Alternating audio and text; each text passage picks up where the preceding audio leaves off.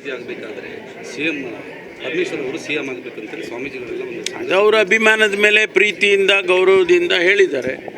ಅದು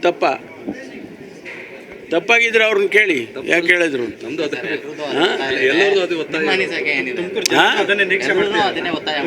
ಸರಿ, ನೀವು ಮಾಡೋದಿದ್ರೆ ಮಾಡಿ.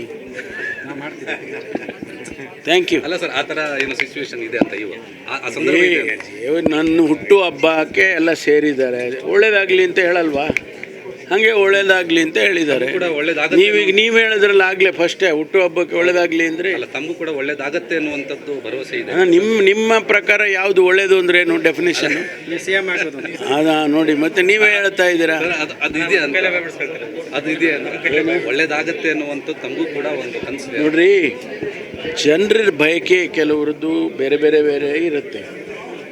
ಪ್ರೀತಿ ವಿಶ್ವಾಸದಿಂದ ಗೌರವದಿಂದ ಒಳ್ಳೆ ಮಾತನ್ನು ಆಡ್ತಾರೆ. ಅದು ಕೆಲವ್ರಿಗೆ ಹಿಡಿಸ್ಬೋದು, ಕೆಲವ್ರಿಗೆ ಹಿಡಿಸ್ದೇ ಇರ್ಬೋದು. ಅದು ಸಮಾಜ.